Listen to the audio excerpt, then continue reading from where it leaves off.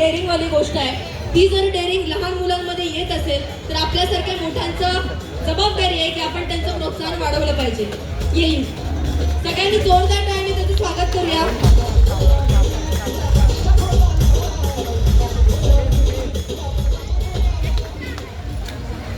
ज्यांच्यामुळे लाखो घरांचा उद्धार झाला, दीन दुबळ्यांना जगण्याचा अधिकार मिळाला. कोटी कोटी अभिवादन त्या महामानवाला ज्यांनी संविधान रूपी समतेचा अधिकार दिला.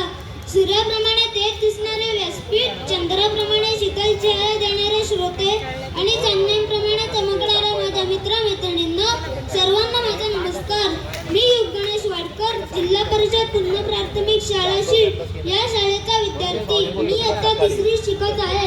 आज मी आपल्या समोर ज्ञानाचा तेजस्वी सूर्य, दीनदलितांचे कैवारी, शिका, संघटित व्हा आणि संघर्ष करा असा दिव्य संदेश देणारे भारतरत्न डॉक्टर बाबासाहेब आंबेडकर यांची यशोगाथा सांगण्यास उभा आहे.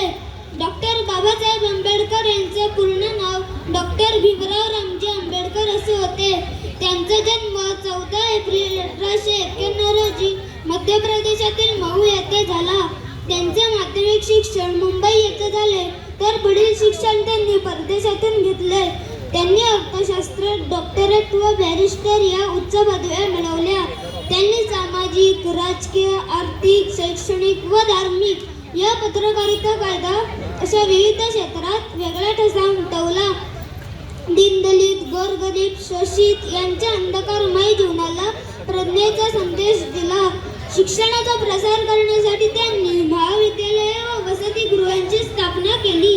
शिक्षण म्हणजे वाघिणीचे दूध आहे, ते जो पिईल तो गुरगुरल्याशिवाय राहणार नाही असे ते म्हणत. त्यांनी दलितांवर होणाऱ्या अन्यायाला वाचा फोडण्यासाठी अनेक आंदोलने केली.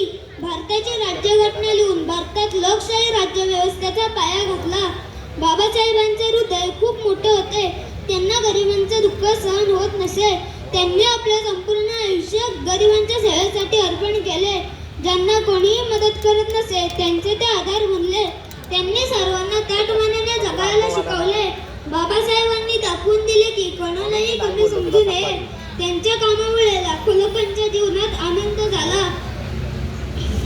बाबासाहेब एक मोठे वकील होते. ते वेळेचे खूप पालन करायचे.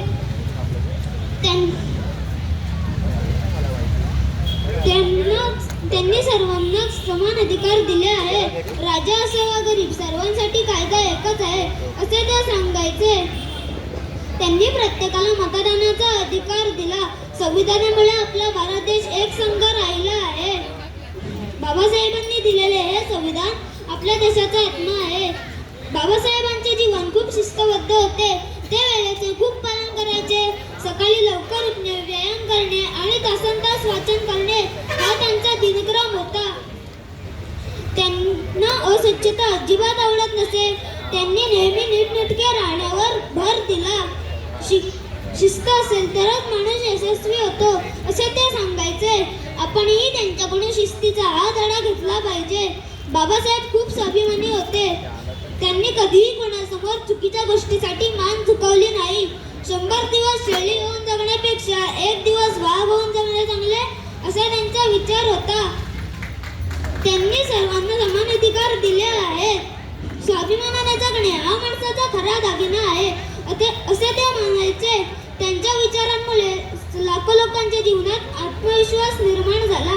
14 ऑक्टोबर 1956 रोजी त्यांनी आपल्या अनुयायांसह बौद्ध धर्म स्वीकारला. 6 डिसेंबर 1956 मध्ये त्यांचे महानिर्वाण झाले. मात्र ते पददलित समाजाला भीमशक्ती प्रदान करून गेले. त्यांच्या कार्यास कोटी कोटी प्रणाम. धन्यवाद.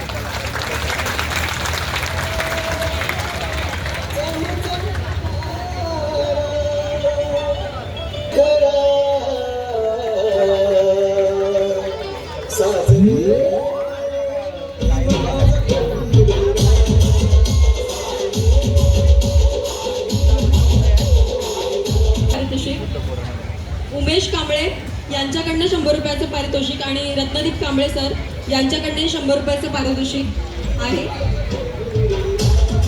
या सोबतच त्याने प्रज्ञाशोध परीक्षेमध्ये जिल्ह्यामध्ये तो प्रथम आलेला आहे. जरा जोरदार टाळ्या होऊ देत.